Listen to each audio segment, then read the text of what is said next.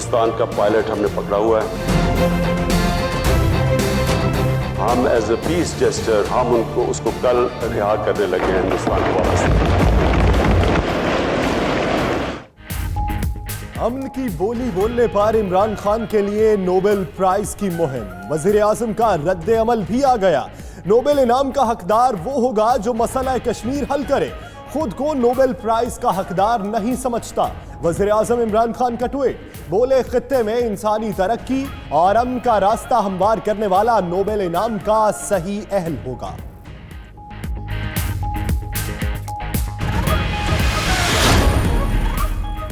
पाकिस्तानी वजीर आजम से पाक भारत कशीदगी कम करने पर बात हुई और मसालहती किरदार पर तबादला ख्याल हुआ। दोनों ममालिक में कशीदगी कम करने के लिए किरदार अदा कर सकते हैं। तुर्क सदर तैयब उर्दवान का कौम से खिताब। मजीद कहा कि पाकिस्तान का तुर्क कौम के दिलों में खास मकाम है। जब भी मुश्किल पड़ी पाकिस्तानी भाइयों को साथ खड़े पाया।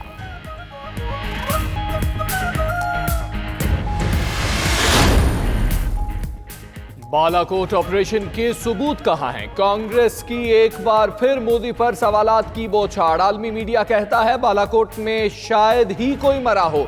मोदी को इन रिपोर्ट्स पर लाजमी जवाब देना चाहिए। कांग्रेस रहनुमा कपिल सिब्बल के वार।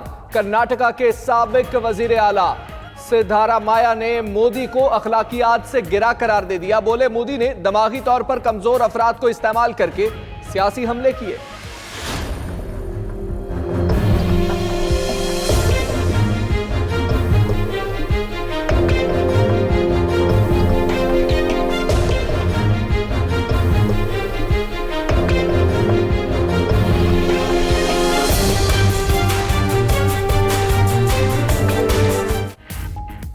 आशियाना हाउसिंग स्कैंडल केस की एहतसाब अदालत में समाअत। शहबाज शरीफ को समाअत के दौरान जाने की इजाजत मिल गई। समाअत मुलतवी न करने पर फाजिल जज और वकला में शदीद तल्ख कलामी। आज आप कह रहे हैं कल दूसरे मुल्जिमान के वकला दरखास्त करेंगे। समाअत मुलतवी नहीं होगी, अदालत के रिमार्क्स।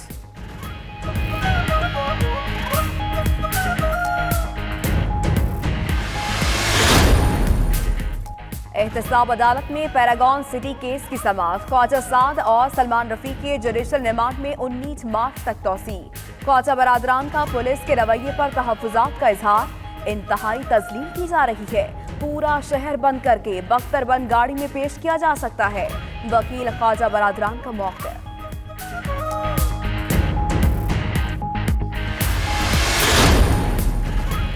फवाद हसन फवाद के आमदन से जायद असासे केस की समाअत। 9 माह गुजर गए, अभी तक रेफरेंस पेश नहीं किया गया। फवाद हसन फवाद का मौक़िफ़, रेफरेंस चेयरमैन नैब को भिजवाया गया है। नैब प्रोसिक्यूटर का जवाब, अदालत का तफ्तीशी ऑफिसर को आइंदा समाअत पर रेफरेंस हर सूरत पेश करने का हुक्म। समाअत 19 मार्च तक मुलतवी। नैब का स्पीकर सिंध असम्बली आगा सिराज दुरानी के गिर्द घेरा मजीद तंग। नैब ने आगा सिराज दुरानी के करीबी अफसरानों मुलाजमीन के खिलाफ भी तहकीकात शुरू कर दी। PSO जुल्फिकार डहर समेत 24 अफसरान की तफसीलात तलब। अफसरान और मुलाजमीन का फोन रिकॉर्ड और पर्सनल सरकारी फाइल्स भी मंगवा ली गई।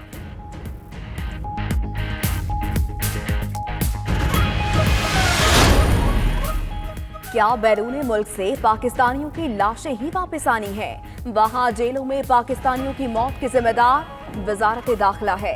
सुप्रीम कोर्ट ने बैरून मुल्क पाकिस्तानी कैदियों की वापसी से मुतालिक रिपोर्ट तलब कर ली। सेक्रेटरी दाखिला की सरजनिश, वजीर शहरयार अफरीदी को तलब करते हैं। जस्टिस अजमत सईद के रिमार्क्स।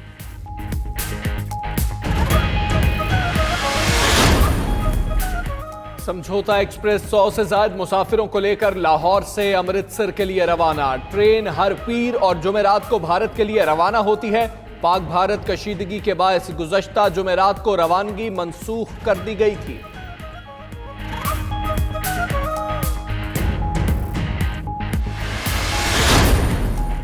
अफगान अमन अमल में धीरे धीरे पेशरफ्त। अमेरिका के साथ मुज़ाकरात आगे बढ़ रहे हैं, ताहाल किसी मुआहिदे या मुसव्वदे पर इत्तफाक नहीं हुआ। अफगान तालिबान के तर्जुमान ज़बीउल्लाह मुजाहिद का बयान, बोले मामलात इंतहाई अहम और हसास नौइयत के हैं। मुज़ाकरात बहुत देखभाल के आगे बढ़ा रहे हैं।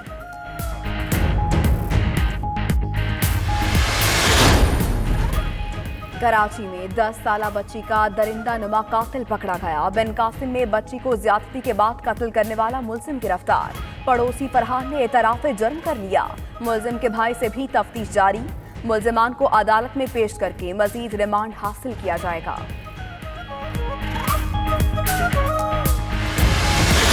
शाम के टाइम निकलते हुए बहुत ज़्यादा प्रॉब्लम होती है इनकी गलत पार्किंग की वजह से। बहुत ज़्यादा पार्किंग के मसाइल हैं, डबल पार्किंग करके चले जाते हैं, ट्रैफिक पुलिस वाले नहीं आते।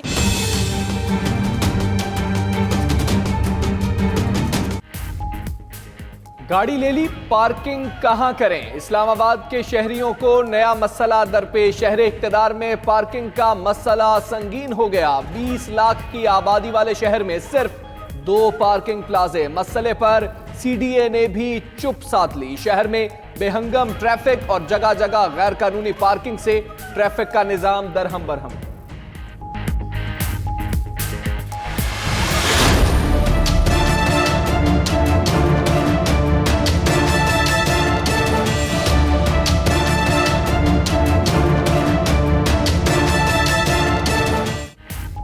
कोयटा में वाटर ट्रीटमेंट प्लांट गैरफाल। साफ पानी का मसला संगीन हो गया। वाटर ट्रीटमेंट प्लांट बंद होने से मशीनरी बेकार होने लगी। साफ पानी के हुकूमती दावे गंदे पानी में डूब गए। सूबाई दारुल हुकूमत में सब्जियां उगाने के लिए भी गंदे पानी का इस्तेमाल। शहरी पैसे देकर बीमारियां खरीदने पर मजबूर।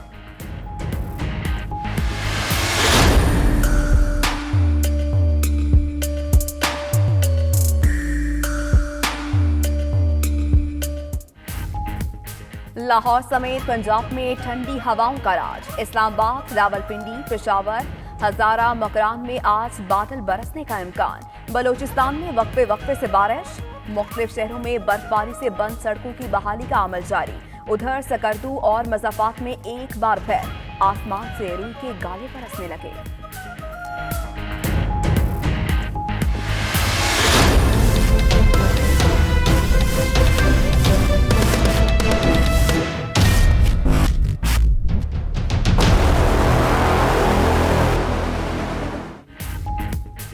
अमरीकी रियासत अलबामा में तूफान से हलाकतें 22 हो गईं। जनूबी ओकेनोस से उठने वाले बगोलों की तबाही। 400 मीटर चौड़े बगोलों ने मीलों तक हर चीज तहस नहस कर दी। सैकड़ों दरख्त उखड़ गए। रेस्क्यू एहलकार तबाहशुदा इमारतों का मलबा हटाने में मसरूफ। हलाकतें बढ़ने का खदशा।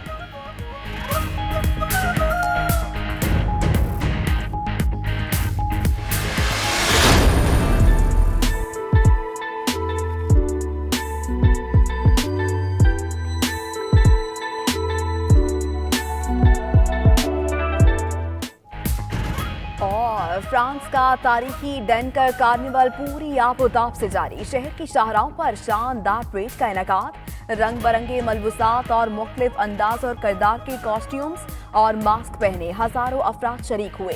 कार्निवल में बैरूनी ममालिक से भी सयाहों की शिरकत। मौसीकी और रक्स ने मेले का मजा तो पाला कर दिया।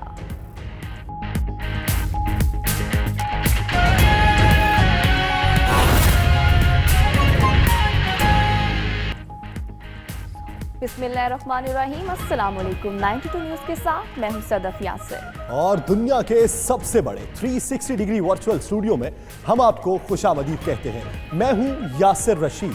हमारे अवाम नोबेल प्राइज की डिमांड करें तो भारतीय मीडिया को तकलीफ। हमारे वजीर आजम उससे इनकार करें तो फिर तकलीफ। मैं हूं हमजा तारड़। मैं हूं आपके साथ माहनूर नदीम। हेडलाइंस आपने जानी। बुलेटिन के आगाज में अहम खबर आपको दें। जिक्र करें वजीर आजम इमरान खान का, जिन्होंने फिर बड़ेपन का मुजाहिरा किया है। कहा कि खुद को नोबेल इनाम का हकदार नहीं समझता। अमन के नोबेल इनाम का हकदार वो होगा जो कश्मीरी आवाम की उमंगों के मुताबिक मसला कश्मीर हल करेगा। ट्वीट में कहा, खित्ते में इंसानी तरक्की और अमन का रास्ता हमवार करने वाला नोबेल इनाम का सही अहल होगा। वजीर आजम इमरान खान का फिर बड़ेपन का मुजाहिरा। कहते हैं कि खुद को नोबेल इनाम का हकदार नहीं समझता हूं। अमन के नोबेल इनाम का हकदार वो होगा जो कश्मीरी आवाम की उमंगों के मुताबिक मसला कश्मीर हल करेगा। ट्वीट किया और कहा कि खित्ते में इंसानी तरक्की और अमन का रास्ता हमवार करने वाला नोबेल इनाम का सही अहल होगा।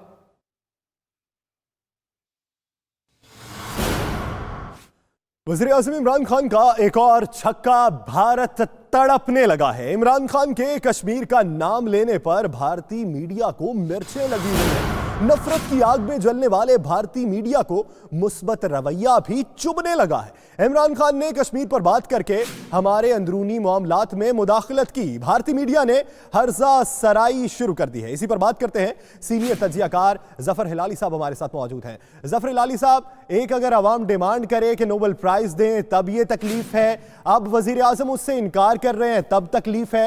ये अंदरूनी मामलात का अब शोशा छोड़ा जा रहा है। पूरे मामले को किस नजर से देख रहे हैं? देखिए, ये तो हिंदुस्तान से एक्सपेक्टेड था। ये तो समझते हैं कि कश्मीर का इश्यू एक छोटा सा बायलैटरल इश्यू है। जब यूनाइटेड नेशन सिक्योरिटी काउंसिल ने भी उस पर अपना राय दिया है, राय क्या बल्कि फरमान दिया है, जबकि OIC 2 दिन पहले कहा है कि जो हो रहा है बड़ा गलत है, डिस्प्यूटेड टेरिटरी है, इंडिया का नहीं है, और इंडिया को कहा है कि कुछ है इंसान बनो। तो मेरे ख्याल में ये तो मेरे एक्सपेक्टेड था। मगर इमरान खान का जो स्टांस है वो बड़ा अच्छा स्टांस है, मुस्बत स्टांस है। मैंने कल नाइट एडिशन के प्रोग्राम पे कहा था कि अगर मैं वो होता तो मैं अनाउंस करता कि आई एम नॉट क्वालिफाइड। इसलिए अभी तो 10 दिन हुए हैं जब से मैं प्राइम मिनिस्टर बना हूँ, अभी से ही मुझे नोबेल प्राइज देने लग गए हैं। आखिर इंशाल्लाह मिलेगा, मगर जब कुछ करेंगे तो ये बड़ा अच्छा अनाउंसमेंट है। ये उस आदमी का कैरेक्टर दिखाता है, ये बताता है कि ये एक मॉडेस्ट आदमी है, एक क्या कहते हैं, एक एजुकेटेड आदमी है, और बड़ी अच्छी अनाउंसमेंट है। और अब लोगों को नॉमिनेट करना इसलिए कि उसको खुश करना चाहते हैं, ये बातें छोड़ देना चाहिए। वज़ीर आज़म का हालिया बयान उनके किरदार की वजाहत कर रहा है। बहुत शुक्रिया जफर हिलाली साहब इस हवाले से अपना वक्त देने के लिए।